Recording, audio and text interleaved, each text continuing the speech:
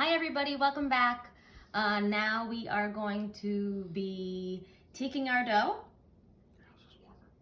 and we will be shaping it, but before we do that, let's kind of just review what we did in video number 1. First, we scaled our ingredients, right? We wanted to make sure they were weighed accurately. We mix them. What does that do? You're combining everything uniformly. All right, you're distributing the yeast and you're developing that gluten, all right?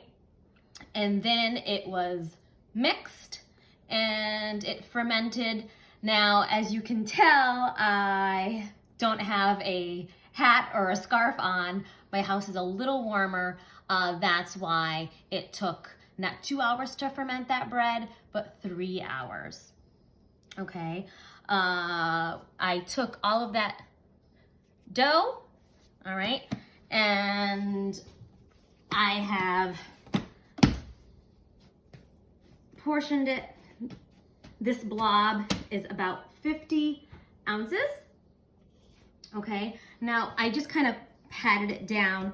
What does that do? That's taking out some of that carbon dioxide that has built into it, all right? I'm kind of also redistributing the temperature. If there's hot spots and cool spots, it's going to even it out, all right? We are now going to make it into its final shape, all right? So I kind of like to start out with a rectangle because my final shape is going to be a rectangle. So when you have dough, as you can see, there's not a lot of flour on my surface. You always have like the outside of the dough, and then your inside of the dough is a little bit more rugged. So that's my inside. So now what I'm gonna do is I'm just gonna fold and pat down. And what is that doing? That's taking out some of the air bubbles. All right, and it's also developing the structure of the bread. So again, I can use my whole hand to fold it.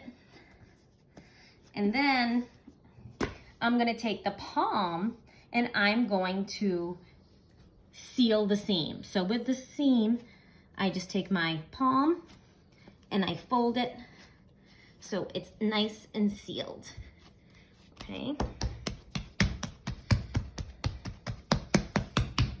So we're always talking about mise en place in class, and Miss Leo has her mise en place. I also have my little audience today because you guys aren't in my class and I miss you all. So I had to find some makeshift students. All right, so the 50 ounces is gonna go into my greased loaf pan. And then when I put it in, I just kind of flatten it. Okay. So this is a 50-ounce piece of dough. I'm gonna do the same thing. Maybe you can get some of these. If you ever wanna make dough, you can probably get these at the dollar store. Again, I'll go a little faster. And as you can tell, I just do my seams. Now, again, Miss Leo's always telling you one dough, lots of different options, right? So I just made 2 different size loaves. The other thing that you can do is you can also take this and you can make rolls. So, if you don't have molds. With your rolls, you're gonna take, remember, there is that nice outside of your roll, and then this is your inside. So you take the inside, you bring it all together, and you just roll it. You can do that in your hand, or you can take the outside of the dough, and then you roll it on your surface, and you're just gonna cup it, okay? I have already taken my sheet pan. I've put some parchment on it. I've reused it because you can reuse it. There's nothing wrong with that.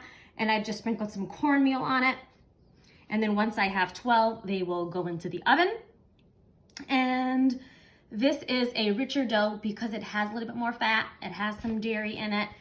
And it also has some eggs. So this will probably go into the oven once these have risen for about 20 minutes. This will probably take about 45 minutes to rise before it goes into the oven. And these will take about maybe 15-20 minutes. This will take about maybe 45-50 minutes. And then these will take about an hour and change, okay? Before they do go in the oven, I will use my razor blade to score it, like we learned in class. And once it comes out of the oven, I will put it on a cooling rack, and then we slice it with what kind of knife? A serrated knife, okay? And then it gets wrapped in plastic wrap and then placed in the freezer, and it can stay in the freezer for, I would say, a few months, and I take it out as I need it. All right, so that is pretty much the steps of the yeast baking process, and hopefully maybe I can post a picture of the finished bread. Thank you all, I love you, and stay safe.